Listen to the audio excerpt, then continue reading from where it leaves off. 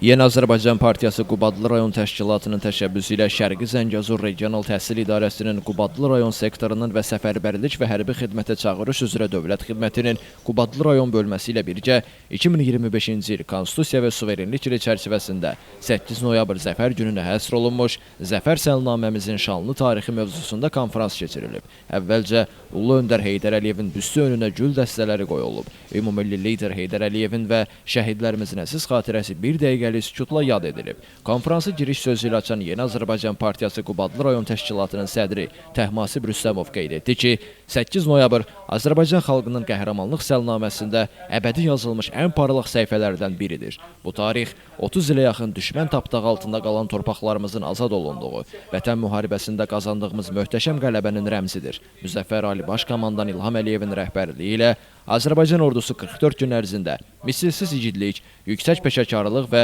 vətən sevgisi nümayiş etdirərək düşməni diz çöktürdü. Zəfər günü hər bir Azərbaycanlının qəlbində qürur, sevinç və minnətdarlıq hissi oyadır. Konferansda digər çıxış edənlər, bugün biz Azərbaycan tarixinin ən şərəfli günlərindən birini, 8 noyabr Zəfər gününü qeyd edirik. Bu tarix xalqımızın qürur mənbəyinə, milli birliyimizin və gücümüzün simvoluna çevrilib. 44 günlük vətən müharibəsində Müzəffər Ali Başkomandan İlham Əliyevin rəhbərliyi ilə Azərbaycan ordusu tarixi ədaləti bərpa etdi, torpaqlarımızı düşmən işğalından azad etdi. Daha sonra Yeni Azərbaycan Partiyası Qubadlı rayon təşkilatının bir qrup fəal üzvlərinə fəxri fərmanlar verildi. Yeni Azərbaycan Partiyasının yeni üzvlüyünə qəbul olunmuş bir sıra şəxslərə Yeni Azərbaycan Partiyasının vəsiqələri təqdim edildi.